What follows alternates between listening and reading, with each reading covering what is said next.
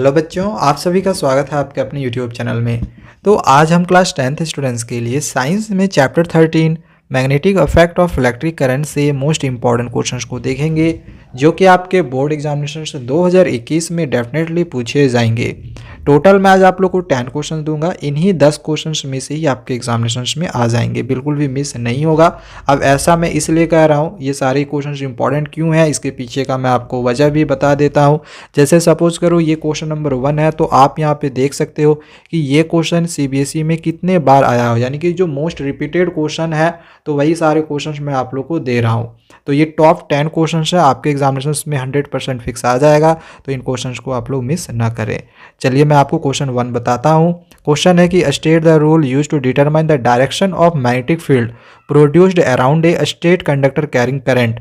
तो आपने ये पढ़ा हुआ होगा स्टेट कंडक्टर कैरिंग करंट के बारे में।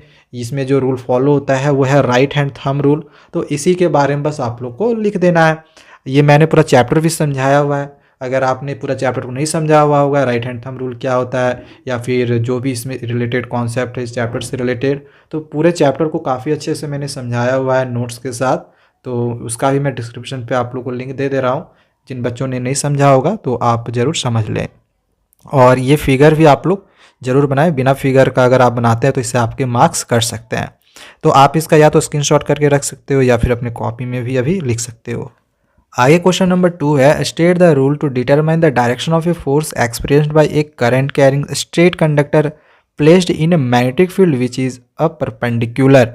अब यहाँ पे ये जो क्वेश्चन है ये फ्लेमिंग लेफ्ट हैंड रूल से रिलेटेड है। तो फ्लेमिंग लेफ्ट हैंड रूल के बारे में आपको पूरा लिख देना है। ओके, तो क्वेश्चन देखो दोनों तरीके से आ सकता है, या तो ये पूरा क्वेश्चन इस प्रकार से लिख देगा, या तो फिर ऐसे भी लिख सकता है कि state Fleming's left hand rule. तो आप लोग कंफ्यूज मत होना, अगर ये पूरा लिखता है तो भी आपको यही लिखना है, और अगर लिखता है कि फ्लेमिंग का लेफ्ट हैंड रूल लिखिए state Fleming left hand rule, तो भी आपको यही लिखना है। और फिगर भी आप लोग को जरूर बनाना है।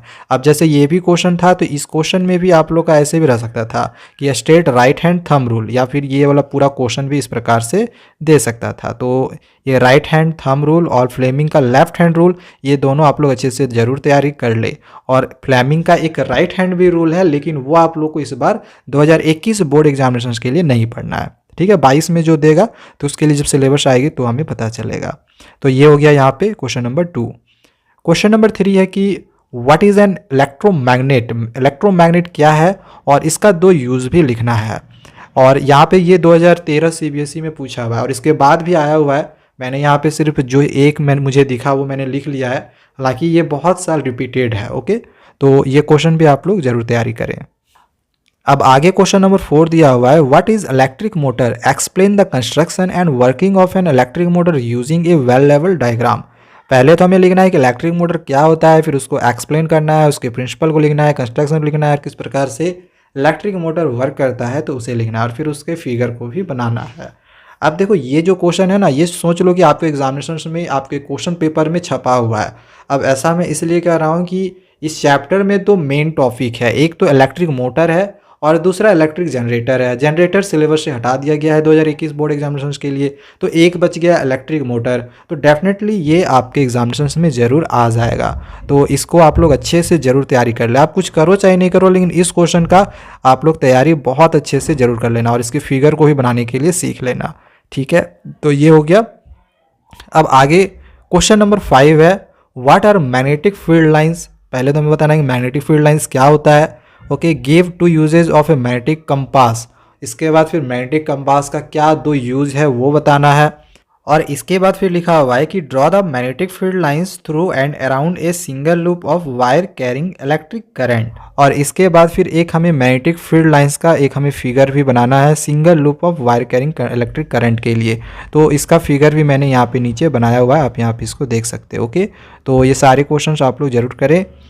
आगे क्वेश्चन नंबर 6 दिया हुआ है, व्हाट इज सॉलिनॉइड। सॉलिनॉइड से भी एक क्वेश्चन एग्जाम में आता है, तो ये आप लोग जरूर याद कर ले कि सॉलिनॉइड क्या होता है, और इसका एक एप्लीकेशन भी हमें लिखना है मैग्नेटिक फील्ड का ऑफ करंट कैरिंग सॉलिनॉइड से रिलेटेड, और इसका हमें फिगर भी बनाना है। Okay, pattern of draw the pattern of field lines of magnetic field through and around a current carrying solenoid. Okay, तो इसका आप यहाँ पे आप फिगर भी देख सकते हो। यहाँ पे लिखा हुआ है कि सॉलिनॉइड क्या है, इसके बाद फिर इसका यहाँ पे आप लोग को एप्लीकेशन भी दिख जाएगा, और फिर यहाँ पे आप लोग का फिगर दिया गया है। तो ये हो गया। आगे आते हैं।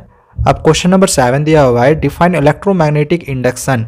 इलेक्ट्रोमैग्नेटिक इंडक्शन क्या होता है, पहले तो हमें इसके बारे में डिफाइन करना है। फिर इसी में एक क्वेश्चन और पूछ दिया गया है कि how is induced current in a secondary coil related to current in a primary coil.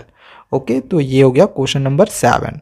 Question number 8 है, describe an activity to show that magnetic field is generated around straight current carrying wire. तो यहाँ पे question कह रहा है कि किसी straight carrying conductor में मैग्नेटिक फील्ड किस प्रकार से जनरेट होता है, तो इसको डिस्क्राइब करना है किसी एक्टिविटी को दिखाते हुए। और इसी क्वेश्चन को एक दूसरे तरीके से भी यहाँ पे पूछ सकता है, जैसे कि यहाँ पे आप देख सकते हो। तो आपके एग्जामिनेशन में क्वेश्चन किसी भी आए, आंसर आप लोग का एक ही होगा जो कि यहाँ पे दिया हुआ है। और आप यहाँ पे इसको भी देख सकते हो कि कितने सालों में ये क्वेश्चन भी आया हुआ है। तो ये क्वेश्चन भी आप लोग अच्छे से ज़रूर तैयारी कर लेना। आंसर मैं यहाँ पे आप लोगों को दिखा दे रहा हूँ, आप इसका स्क्रीनशॉट करके रख सकते हो। अब आगे आते हैं हम क्वेश्चन नंबर 9 में। क्वेश्चन 9 है, describe an activity to show that the magnetic field lines produced when current is passed through the circular coil. इससे पहले जो हमने क्वेश्चन नंबर 8 देखा वो स्ट्रेट वायरिंग कंडक्टर के लिए था, और ये जो क्वेश्चन है ये सर्कुलर कॉइल है। तो उसमें भी हमें एक एक्टिविटी डिस्क्राइब करना था कि किस प्रकार से मैग्नेटिक फील्ड लाइंस बनता है किसी स्ट्रेट वायरिंग कंडक्टर में अगर हम करंट पास करते हैं तो, और ये अगर किसी सर्कुलर कॉइल में अगर हम करंट पास करते हैं तो किस प्रकार से मैग्नेटिक फील्ड लाइंस बनेगा। तो इसके लिए हमें एक एक्टिविटी डिस्क्राइब करना है, और इसमें भी हम लोग का फिगर बनेगा। ओके, दोनों क्वेश्चन में आप लोग का फिगर बनेगा। तो ध्यान में रखना है कि आप लोग को फिगर आप लोग बिल्कुल भी ना छोड़े।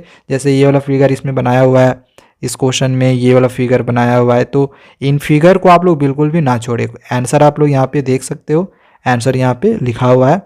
मैं यहाँ पे बस आप लोग क्वेश्चन समझा रहा हूँ। ओके, तो ये हो गया इसका आंसर इधर, और लास्ट में इसमें कंक्लूजन भी लिख दिया है मैंने। एक लास्ट क्वेश्चन नंबर 10 है, how does a current carrying solenoid behave give its main use. किस प्रकार से एक करंट कैरिंग सोलिनॉइड बिहेव करता है और इसका मेन यूज़ क्या है, तो ये हमें बताना है। तो इसका भी आंसर यहाँ पे लिखा हुआ है। तो इन क्वेश्चंस की आप लोग तैयारी करें, अच्छे से इसको याद करें। अगले वीडियो में और भी जो भी चैप्टर्स होंगे तो उसके भी इंपॉर्टेंट क्वेश्चंस को मैं बहुत ही जल्दी लाऊंगा, और साथ ही जो इलेक्ट्रिसिटी चैप्टर से न्यूमेरिकल्स हमारे एग्जामिनेशन में आते हैं तो वे सारे न्यूमेरिकल्स भी आप लोग को बताऊँगा। अब तो चैनल को आप लोग सब्सक्राइब करके जरूर रखें। Thank you.